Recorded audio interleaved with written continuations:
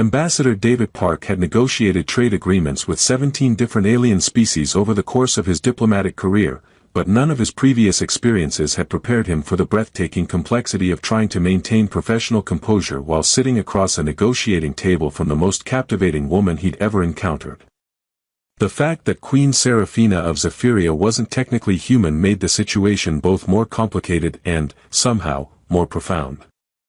The Crystal Palace's throne room had been designed to inspire awe in visiting dignitaries, its walls of living crystal responding to the Queen's emotional state with subtle shifts in color and luminosity.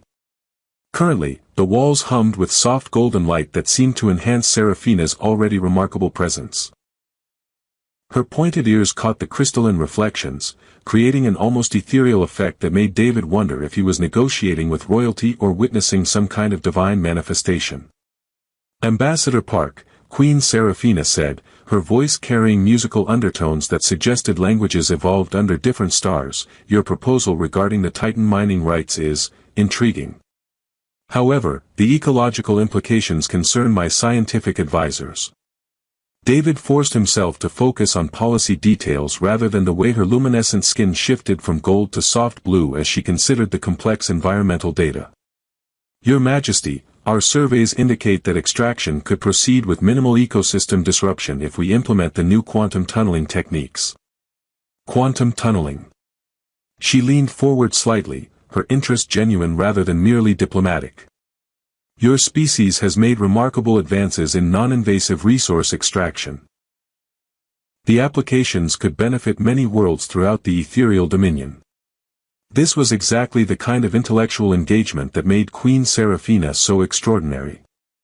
David had spent years in negotiations where political leaders demonstrated barely superficial understanding of the technical issues they discussed, but Seraphina grasped complex concepts immediately and contributed insights that revealed deep scientific knowledge alongside her political acuity.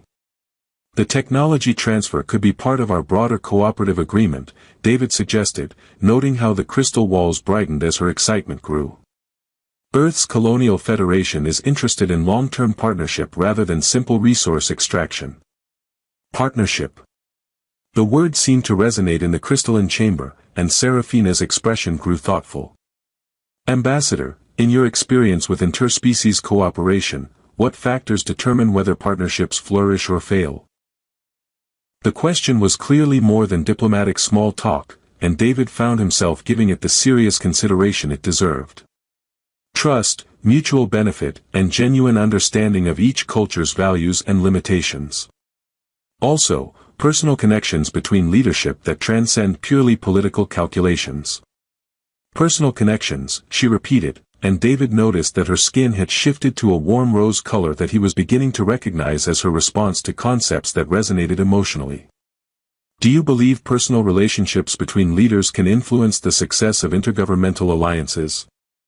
"I believe personal relationships are the foundation of all successful long-term cooperation. Treaties and trade agreements provide frameworks, but lasting peace requires genuine respect and affection between the individuals who implement those frameworks." Queen Seraphina was quiet for several minutes, her gaze focused on the holographic displays showing resource projections and ecological impact assessments. When she looked up, her expression held something David hadn't seen before, a vulnerability that made her seem less like an untouchable monarch and more like a remarkably intelligent woman carrying enormous responsibilities. "Ambassador Park, may I ask you a personal question?" "Of course, Your Majesty." "In your diplomatic career, have you encountered many leaders who prioritize genuine cooperation over political advantage?" David considered his answer carefully, recognizing that this conversation had moved beyond formal negotiations into something approaching philosophical discussion. "Honestly, very few. Most political leaders I've worked with view diplomacy as an extension of warfare by other means. They're interested in winning rather than solving problems." "And yourself? Do you view diplomacy as warfare or problem-solving?" "I view diplomacy as an opportunity to create solutions that serve everyone's interests. The best negotiations result in outcomes that leave all parties better off than they were before. Even if creating those outcomes requires personal sacrifice from the negotiators." The question seemed loaded with meanings David couldn't quite grasp, but he answered honestly. The best diplomatic outcomes often do require personal sacrifice. Sometimes you have to choose between advancing your career and advancing the cause of peace. Serafina's smile transformed her entire face, and the crystal walls resonated with warm golden light that made the entire throne room feel like sunrise. Ambassador Park, I believe we have the foundation for a very successful partnership between our civilizations. I believe we do as well, Your Majesty. The formal negotiations continued for several more hours, covering resource allocation, technology transfer, and cultural exchange programs that would benefit both their peoples. But David found his attention increasingly divided between policy details and admiration for the remarkable woman across the table from him. Queen Serafina combined intellectual brilliance with genuine compassion in ways that made every interaction feel significant.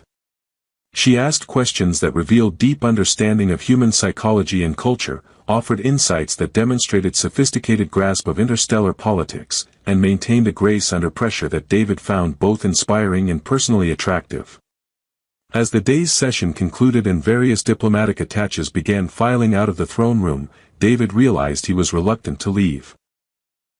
The prospect of returning to his quarters, filing reports, and preparing for tomorrow's continuation of negotiations felt hollow compared to the stimulating conversation and genuine connection he'd experienced with Serafina.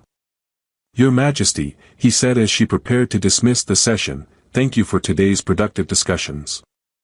Working with you has been extraordinary. The pleasure has been mutual, Ambassador. I look forward to continuing our collaboration. David gathered his materials and prepared to leave with the rest of the diplomatic party, but found himself pausing at the throne room's massive crystalline doors.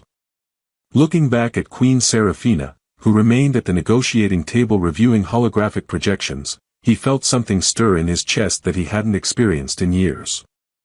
The thought came unbidden, a whisper of genuine longing that escaped before his diplomatic training could suppress it, wish I had the chance to wed her. The words were meant to be silent, a private confession to empty air. But the acoustic properties of the crystal chamber carried sound in ways that defied normal physics, and David watched in horror as Queen Serafina's head lifted, her enhanced hearing having caught every syllable of his inadvertent admission. Their eyes met across the crystalline expanse, and for a moment that stretched into eternity, neither of them moved. Then Queen Serafina rose from her chair with fluid grace, crossed the distance between them, and spoke a single word that would change both their lives forever. Yes. The immediate aftermath of Queen Serafina's yes involved approximately 30 seconds of stunned silence from the remaining diplomatic personnel, followed by what David would later describe in his reports as unprecedented levels of interspecies political chaos. The Zephyrian court advisors began speaking in rapid, musical tones that his translator couldn't process, while the human attaches stared at him with expressions ranging from congratulation to complete panic. Your Majesty, David managed, his diplomatic training finally overriding his personal shock, I should clarify that my comment was not an official proposal requiring formal response. I understand perfectly what your comment was, Ambassador Park, Serafina replied, her skin shifting to a warm amber that suggested both amusement and determination. It was an honest expression of personal feeling, which I chose to acknowledge with an equally honest response. But the political implications. The political implications are precisely why such honesty is valuable. She gestured for the various advisors and attaches to give them privacy, a request that was met with obvious reluctance but ultimately respected. David, may I call you David? Of course, Your Majesty. Serafina, please. We appear to have moved beyond formal protocols. She settled back into her throne, but her posture suggested invitation to conversation rather than royal audience. David, how much do you know about Zephyrian marriage customs? I know they're significantly different from human traditions, and that royal marriages often serve diplomatic as well as personal functions. Royal marriages among my people are considered bonds that strengthen not just individuals but entire civilizations. We marry for love, certainly, but we also marry to create alliances that benefit our subjects and promote peace between worlds. David felt his heart rate stabilize as he began to understand that this conversation was moving toward practical diplomacy rather than pure romantic fantasy. So your response to my inadvertent proposal was political as well as personal? My response was both, in the best possible sense. Serafina's expression grew more serious. David, I have been ruling alone for 8 years since my consort died in a transport accident. My advisors have been pressuring me to remarry, both for personal companionship and political stability. And you've been resisting their pressure. I've been waiting for someone who could be both a genuine partner and an effective ally. Someone whose civilization could benefit from closer ties with the ethereal dominion, and whose personal qualities would make marriage a joy rather than a diplomatic obligation. David sat down in the chair across from her throne, recognizing that this conversation required equality rather than formal protocol. Serafina, are you saying that you were already considering me as a potential marriage partner before I made my inadvertent comment? I was considering the possibility, yes. Your approach to diplomacy suggests someone who understands that the best political solutions serve everyone's interests, including personal happiness. Your cultural files indicate that you've been unmarried for several years by choice rather than circumstance. I've been unmarried because most of the relationships available to someone in my position are political arrangements that leave little room for genuine affection. Precisely.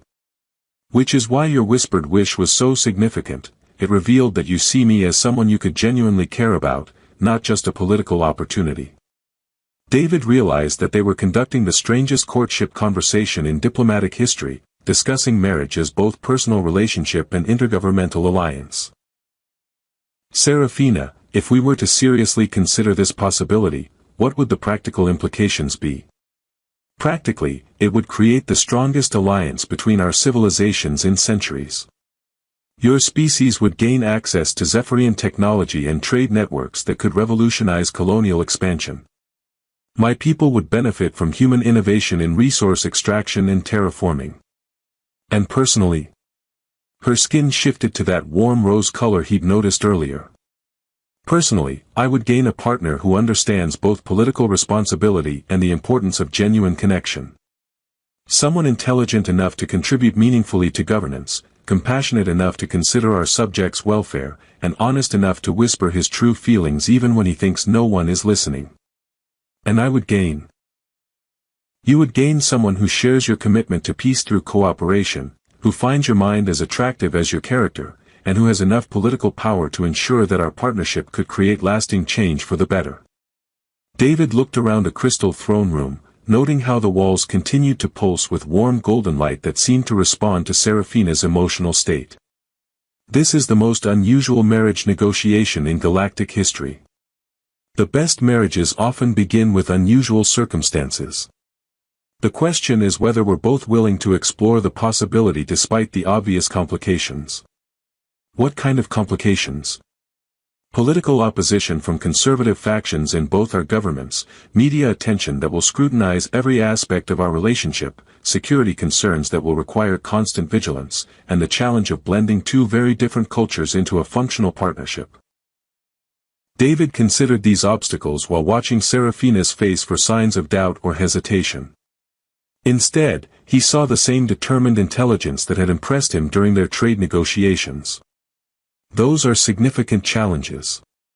They are. But they're also opportunities to prove that interspecies cooperation can work on the most personal level. If we can build a successful marriage across species boundaries, we create a model for diplomatic relationships throughout the galaxy.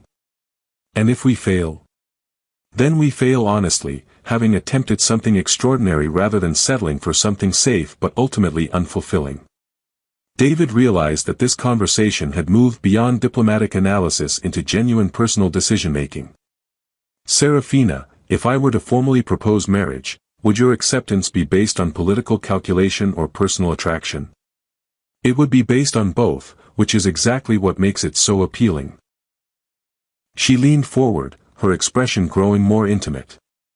David, I've spent decades in political relationships that served governmental interests but left me personally isolated. The possibility of a partnership that serves both political and personal needs is extraordinary. For me as well.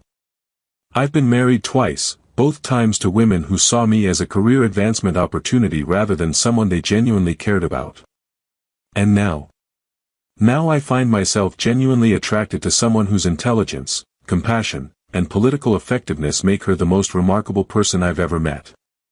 David took a deep breath, recognizing that he was about to make a decision that would change his life completely. Serafina, would you consider a formal courtship period during which we could explore whether our professional compatibility extends to personal partnership? Her smile was radiant enough to power the Crystal Palace. David Park, I thought you'd never ask. Technically, you asked first. I answered first. There's a difference. As they began planning what would become the most scrutinized courtship in interstellar history, David realized that his whispered wish had somehow initiated a chain of events that could transform not just his personal life but the political landscape of multiple star systems. Serafina, he said as they prepared to face the inevitable media chaos, are you ready to become the most famous couple in the galaxy? I'm ready to become partners in every sense of the word, she replied, taking his hand with fingers that felt exactly right in his. Though I should warn you that Zephyrian wedding planning involves considerably more crystal formations and harmonic ceremonies than human traditions typically include. As long as we're planning it together, I think I can handle the cultural adjustments. In that case, Ambassador David Park, would you do me the honor of becoming my official consort and co-ruler of the ethereal dominion? David looked at this extraordinary woman who had somehow transformed his inadvertent confession into the foundation for both personal happiness and interstellar peace, and gave the only answer that made any sense. Yes. The announcement of the engagement between Queen Serafina and Ambassador David Park created what the Galactic News Network described as the most significant diplomatic scandal since the Andorian trade wars, though David preferred to think of it as enthusiastic public interest in interspecies cooperation. The reality was somewhere between the two, involving death threats, paparazzi drones, and at least 3 assassination attempts that were thwarted by security protocols neither of them had known existed. The Colonial Council wants me back on Earth for immediate consultation, David reported during their morning briefing, reading from a priority communication that had arrived with enough encryption to secure a small war. Apparently, my engagement has created unprecedented complications for human diplomatic policy. My father's advisors are using more colorful language, Serafina replied, her skin shifting to darker blue tones that David had learned indicated political stress. The Council of Noble Houses is questioning my fitness to rule, claiming that marrying a human represents abandonment of Zephyrian cultural identity. Are you having second thoughts about this decision? Are you? They looked at each other across the breakfast table in Serafina's private quarters, both recognizing the weight of opposition they were facing. David had spent sleepless nights wondering if his personal happiness was worth the political chaos their engagement had created, while Serafina struggled with criticism from advisors who'd supported her for decades. No, David said finally. My second thoughts are about whether we're being selfish by pursuing personal happiness when it's causing so much disruption. And my second thoughts are about whether we're being cowardly by considering abandoning something extraordinary because other people disapprove. Serafina reached across the table to take his hand. David, I've been receiving intelligence reports about the opposition we're facing. Some of it goes beyond political criticism into active sabotage. How active? Active enough that security recommends postponing the wedding until threats can be properly assessed. David felt something cold settle in his stomach. Serafina, if continuing with our plans puts you in danger. If abandoning our plans because of threats succeeds, we'll have proven that political extremists can control interstellar diplomacy through violence and intimidation. Her grip on his hand tightened. I refuse to allow fear to dictate policy decisions that could benefit billions of people. Even if those policy decisions happen to involve our personal lives. Especially because they involve our personal lives. David, the opposition to our marriage isn't really about cultural preservation or diplomatic protocol. It's about fear that cooperation between our species could make both civilizations stronger and more independent. David considered this while watching the crystal walls of her quarters shift through subtle color changes that reflected Serafina's emotional state. You're saying that some people prefer conflict because it maintains existing power structures. I'm saying that peace threatens the careers of people whose influence depends on managing crises and military tensions. Our marriage represents the possibility of alliance that could make traditional adversarial diplomacy obsolete. Which would be threatening to anyone whose power depends on being necessary for conflict resolution. Exactly. The personal attacks on our relationship are actually political attacks on the idea of genuine cooperation between civilizations. Their conversation was interrupted by urgent communication from Captain Harrison, head of David's security detail, announcing that intelligence services had intercepted planning documents for a coordinated attack during the engagement ceremony scheduled for that afternoon. Sir, we have credible evidence of plots involving both human and Zephyrian extremist factions working together to prevent your marriage, Harrison reported.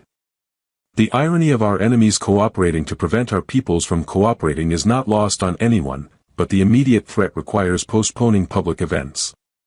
Captain, Serafina interjected, her royal authority evident despite her casual breakfast attire. Postponing the ceremony would give extremist factions exactly the victory they're seeking. What alternatives do we have? Your Majesty, we could conduct a private ceremony with minimal public exposure, followed by a larger celebration once security concerns are resolved. David looked at Serafina, recognizing that this decision would set the tone for how they handled opposition throughout their marriage. What do you think? I think that if we're going to spend our lives proving that cooperation is stronger than conflict, we should start by refusing to let threats determine our choices. Her expression grew determined. Captain Harrison, what would be required to proceed with the ceremony as planned while maintaining reasonable security? Extensive screening of all attendees, multiple backup venues, decoy events to confuse potential attackers, and acceptance that some risk cannot be eliminated entirely. And your professional recommendation? Professionally, I recommend postponement. Personally, I think showing that love can proceed despite threats sends a better message than showing that threats can delay love.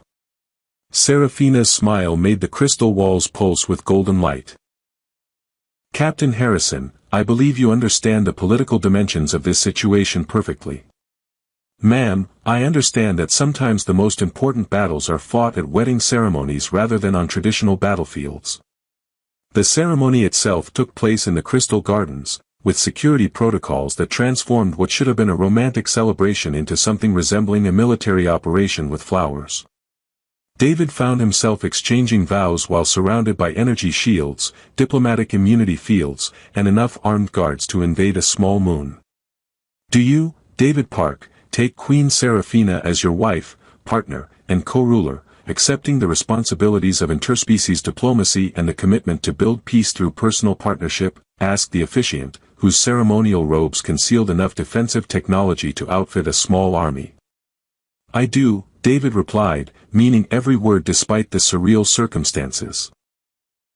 Do you, Queen Serafina, take David Park as your husband, consort, and co-ruler, accepting the responsibilities of cultural bridge building and the commitment to prove that love transcends species boundaries? I do, Serafina answered, her skin glowing with the warm rose color that David had learned meant profound happiness. The moment they exchanged rings, his a simple band of earth platinum, hers a crystalline structure that hummed with harmonic frequencies, the assembled crowd erupted in celebration that drowned out the distant explosions from the decoy ceremonies that were successfully attracting extremist attention. Ladies, gentlemen, and beings of all species, the officiant announced, I present their majesties, Queen Serafina and Prince Consort David of the Ethereal Dominion, whose marriage represents the foundation of a new era in interspecies cooperation. As they kissed to seal their union, David realized that his whispered wish had somehow initiated a chain of events that was reshaping galactic politics. The Crystal Gardens resonated with harmonic frequencies that seemed to celebrate not just their personal happiness but the possibility of peace between civilizations that had been suspicious adversaries for generations. Your Majesty, David said as they prepared to face the media attention that would follow them for the rest of their lives, any regrets about choosing the ambassador who makes inadvertent marriage proposals? Prince David, Serafina replied, using his new title with obvious delight, my only regret is that we waited so long to have this conversation. In our defense, we only met 3 weeks ago. Which proves that when you find the right person, timing becomes irrelevant. As they walked through the crystal gardens toward their reception, surrounded by security protocols and diplomatic well-wishers from dozens of species, David understood that their marriage had become something larger than personal partnership. They were living proof that cooperation could triumph over suspicion, love over fear, and hope over the forces that preferred conflict to peace. Serafina, he said as they prepared to address the assembled dignitaries, are you ready to spend the rest of our lives being a symbol of interspecies cooperation? David, she replied, taking his hand with fingers that fit perfectly in his, I'm ready to spend the rest of our lives proving that the best diplomatic solutions begin with two people choosing to trust each other completely. The reception lasted until the early hours of the morning, with toasts in 18 different languages and dancing that blended human and Zephyrian traditions into something entirely new. And through it all, David kept marveling at how a single whispered wish had somehow created the foundation for both personal happiness and galactic peace. 6 months after their wedding, David and Serafina had established what the Galactic Diplomatic Corps described as the most effective interspecies partnership in recorded history, though David preferred to think of it as learning to be married while accidentally revolutionizing interstellar politics. Their joint residence had become an unofficial embassy where dozens of species sent representatives to study their model of cooperation, turning their personal relationship into a template for diplomatic innovation across the galaxy. The Andromedan Trade Consortium wants to establish formal diplomatic relations based on our partnership structure, Serafina reported during their morning briefing, which had evolved from intimate breakfast conversations into strategy sessions that shaped policy for multiple star systems.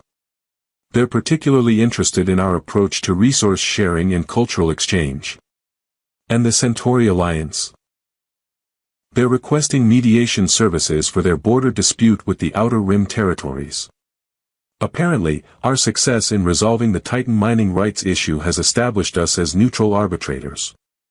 David looked up from the intelligence reports that had become part of their daily routine, marveling at how their marriage had transformed him from a mid-level diplomat into someone whose decisions affected billions of lives. Serafina, are you comfortable with our relationship becoming a diplomatic institution? Are you comfortable with our diplomatic work becoming the foundation of our relationship? They developed this pattern of answering questions with questions, a conversational style that allowed them to explore complex issues without making assumptions about each other's perspectives. It was one of many small adaptations that had made their interspecies marriage surprisingly harmonious. I'm comfortable with the fact that we're proving love and politics can reinforce each other rather than competing for priority, David replied. Though I should mention that the Colonial Federation wants to recall me for consultation about our expanding diplomatic activities. Let me guess, they're concerned that your loyalty has been compromised by personal attachment to an alien ruler. They're concerned that my effectiveness as a human representative might be diminished by my role as Zephyrian royalty. Serafina's skin shifted to the darker blue that indicated political irritation.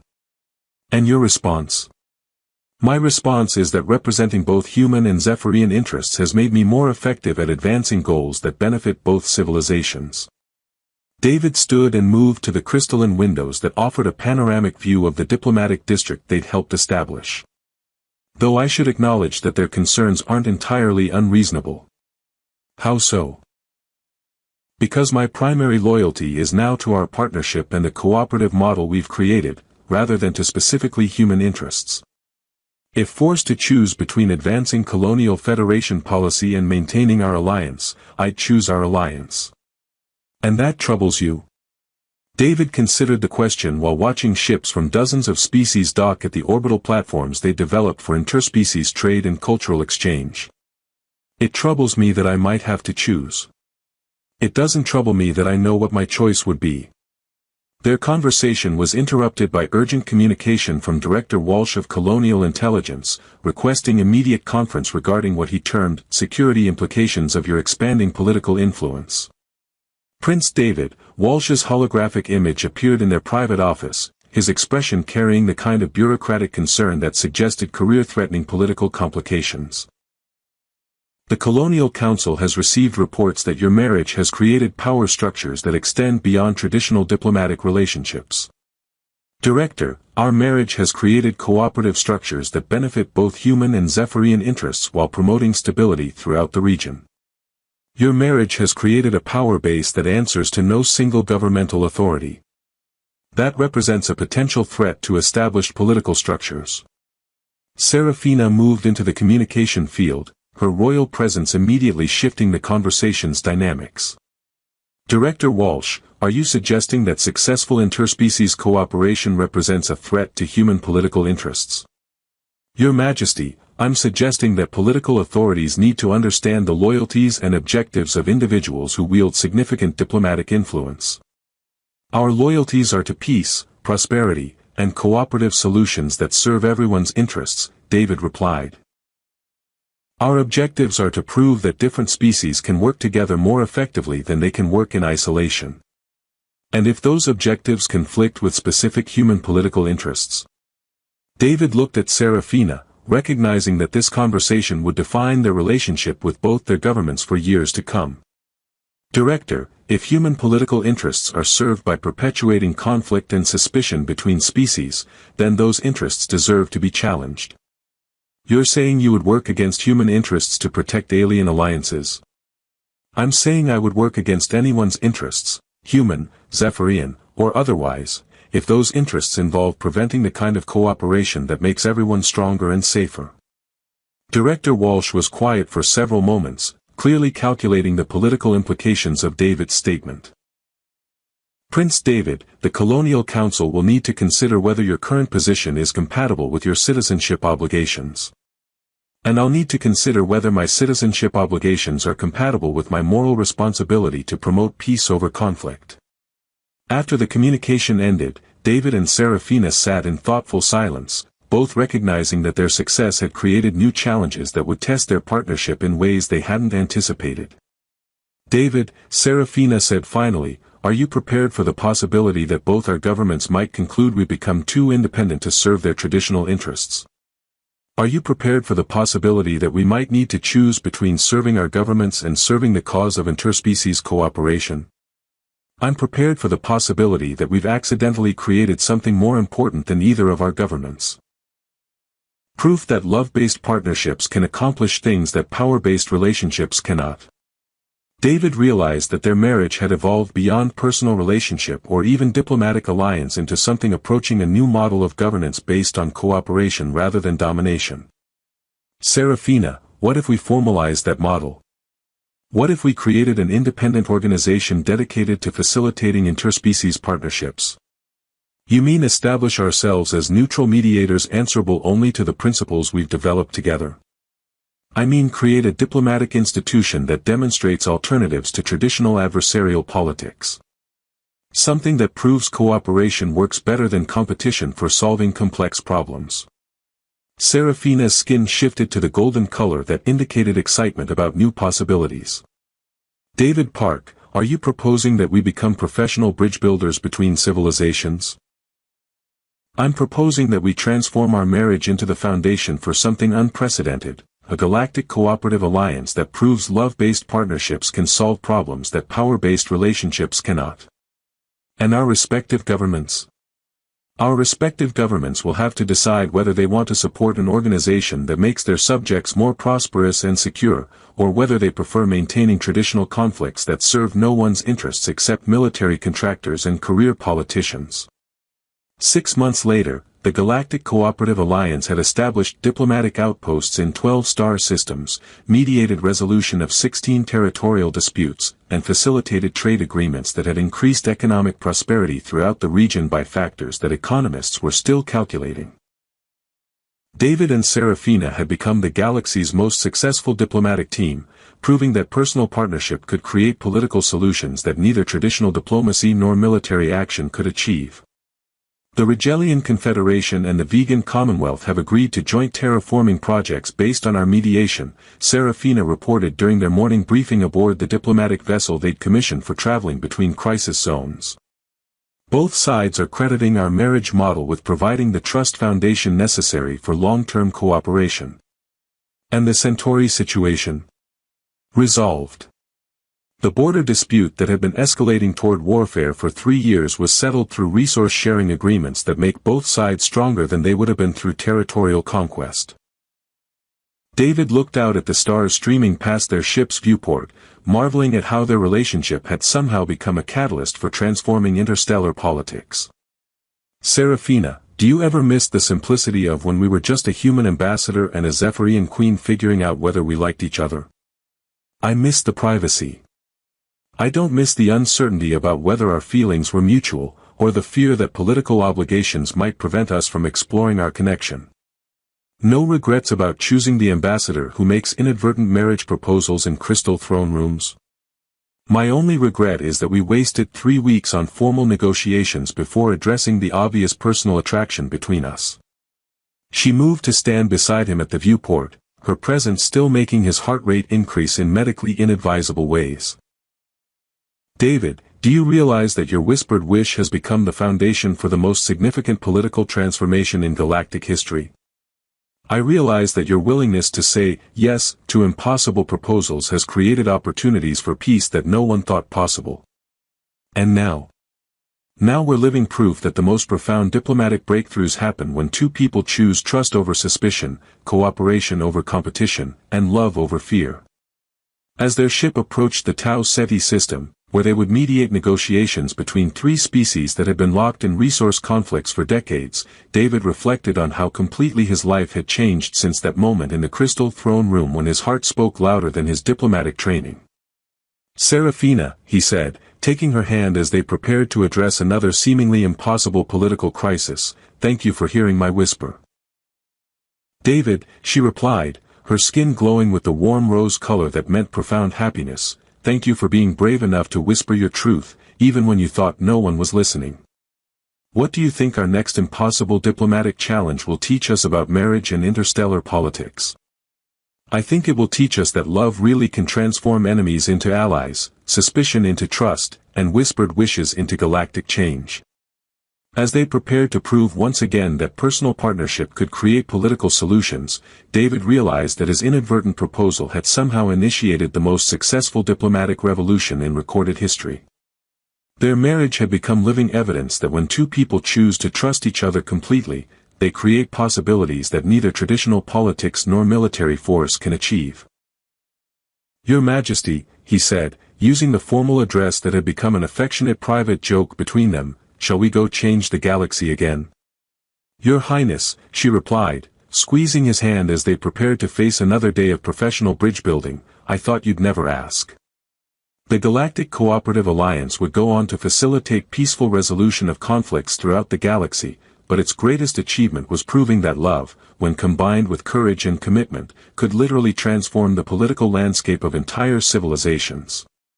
And it all began with a whispered wish and the extraordinary woman who chose to say yes.